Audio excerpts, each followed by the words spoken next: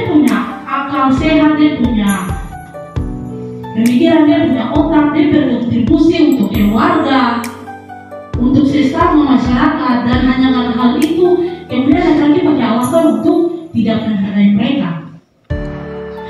Ini hal yang membuat saya nih pada hari ini saya mau bilang dengan laki-laki Papua yang ada di ruangan ini, perempuan Papua itu kamu punya harga diri, begitu.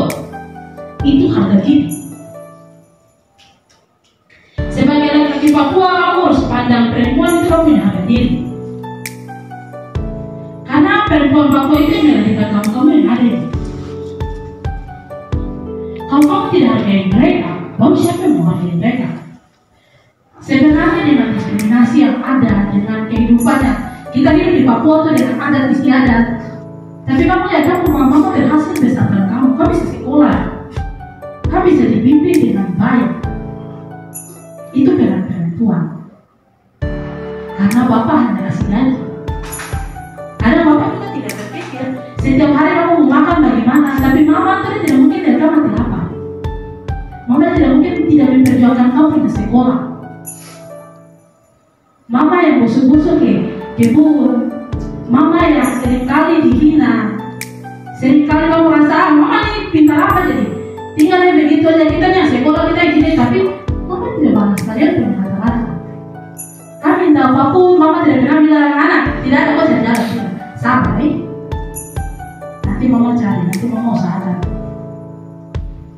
Jadi saya mau pesan-pesan, saya percaya kamu ini semua akan jadi pejabat orang besar ke depannya. Kamu perempuan ini seperti kamu, mama sayang kamu. Kamu tidak boleh jadikan orang seperti tadi saudara perempuan bilang di bagian belakang dapur.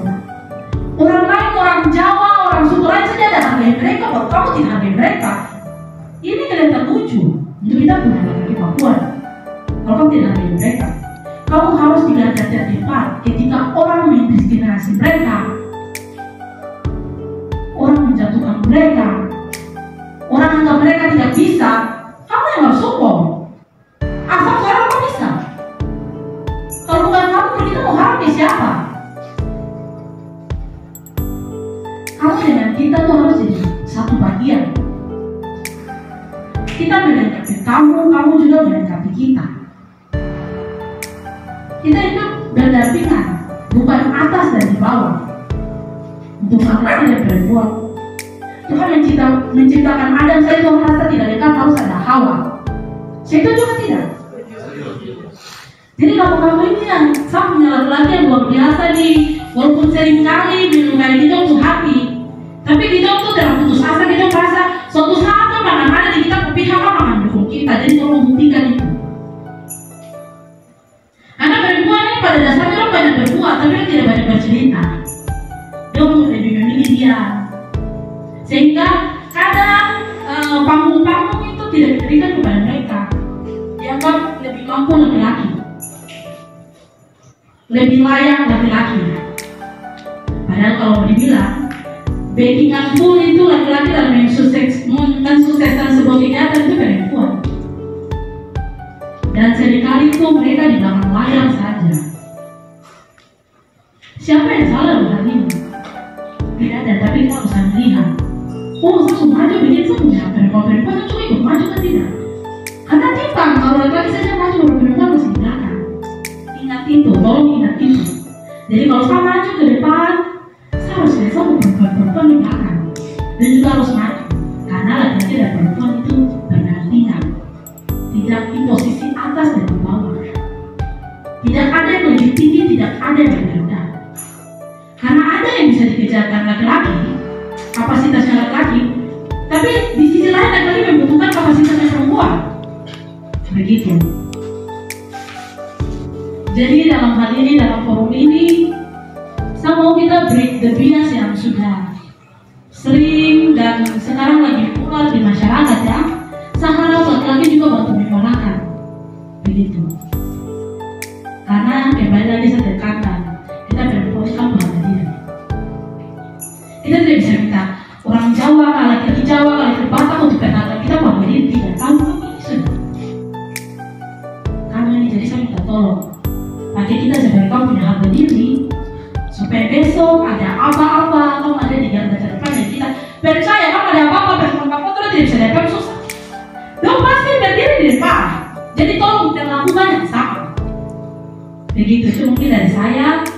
Semangat untuk semua perempuan dan laki-laki yang mendukung. Terima kasih banyak.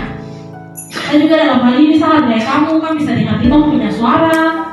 Terima kasih banyak untuk hari ini. Terima kasih banyak untuk forum ini. Dan terima kasih untuk kita semua. Hidup perempuan!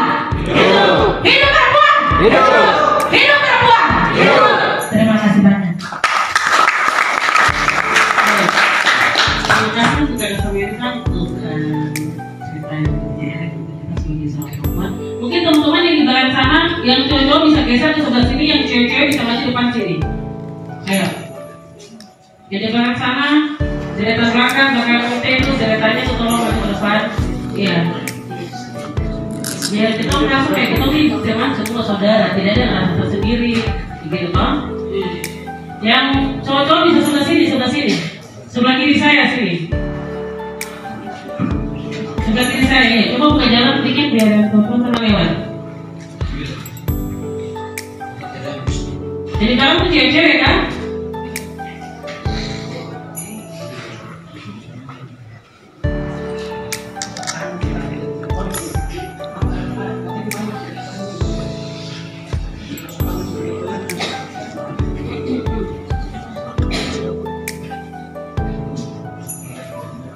Baik, terima kasih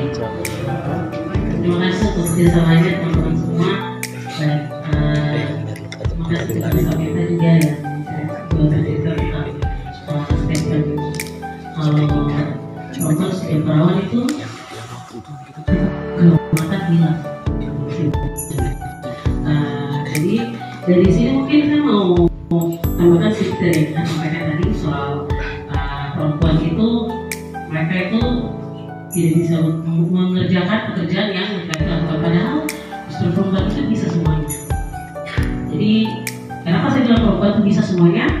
Kemarin kita sempat nonton, mungkin teman-teman yang sempat ada ikut kegiatan di Ketenangan Langit. Kemarin kita ada nonton dua film. Yang pertama itu film di Kurdistan. Jadi di Kurdistan itu sempat terjadi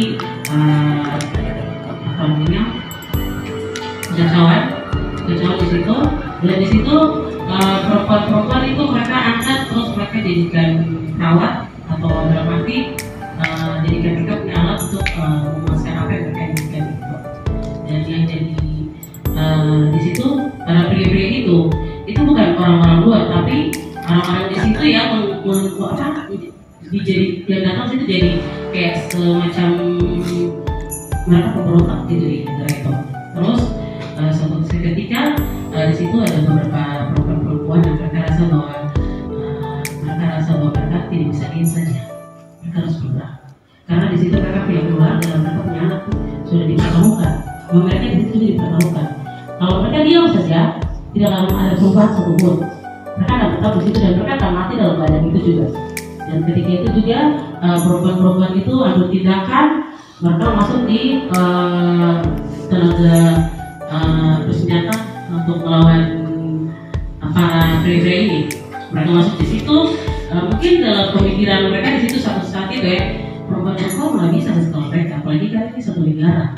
Lalu perempuan-perempuan juga banyak tidak sedikit, kayak teman-teman kita yang betul satu negara. Baru macam mereka bisa sekolah di bawah, dalam pemikiran mereka di situ. Tapi di cerita itu menceritakan bahwa perempuan-perempuannya luar biasa. Dan mereka punya trik-trik dan mereka punya cara-cara.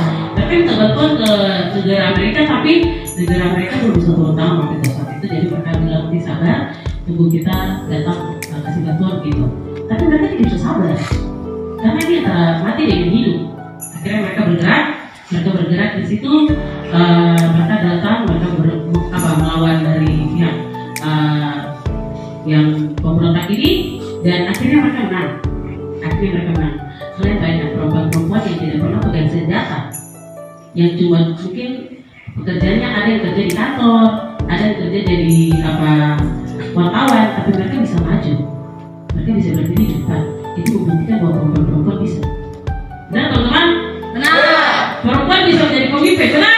Benar. Hidup perempuan. Hidup. Hidup perempuan. Hidup. Baik, terima kasih banyak. Itu salah satu cerita singkat. Mungkin teman-teman yang lain mau bercerita juga bisa, saya kasih waktu dan tempat. Oke, jadi ini ceritanya bukan soal bukan soal hubungan antara pasangan, tapi apa yang kalian rasakan di satu sisi sebagai seorang perempuan. Mungkin di lingkungan sini kan merasa kayak saya dipojokkan gitu, atau di lingkungan perkuliahan saya rasa kayak saya tidak dihargai karena mungkin saya perempuan, saya dianggap rendah, atau mungkin di lingkungan keluarga. Apa yang kamu rasakan hari ini? Sebelum-sebelumnya kamu keluarga hari ini di dalam keluarga, mungkin ada kamu keluarga, orang tua kamu sendiri.